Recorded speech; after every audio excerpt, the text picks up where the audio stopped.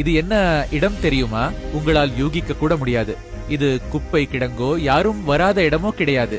இது சின்ன குழந்தைகள் படிக்கும் காரைக்கால் வடக்கு தொகுதியின் கல்லறைப்பேட் பகுதியில் உள்ள அங்கன்வாடியைத்தான் நீங்கள் பார்க்கிறீர்கள். குறைஞ்சபட்சம் ஒரு 50 பிள்ளைங்க படிக்கக்கூடிய அங்கன்வாடி.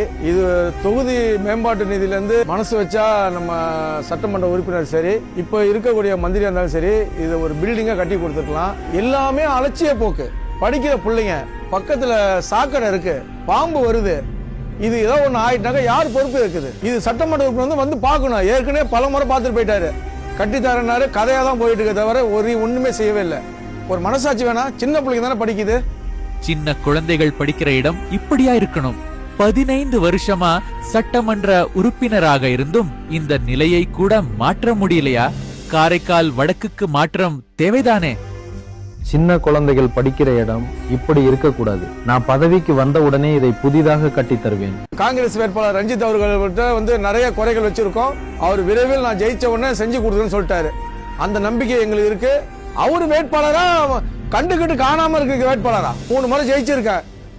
ஒரு முறை நான் மந்திரியா இருந்திருக்கேன். நான் இவ்வளவு செஞ்சுன்னு சொல்லும் போல நாங்க ஓட்டு போடுறோம். இந்த டைம் நாங்க சிந்திச்சு எல்லாம் ஓட்டு போடுவோம். சிந்திச்சு யாருக்கு ஓட்டு போட போறோம்? காங்கிரஸ் வேட்பாளர் ரஞ்சித்துக்கு ஓட்டு போட போறோம்.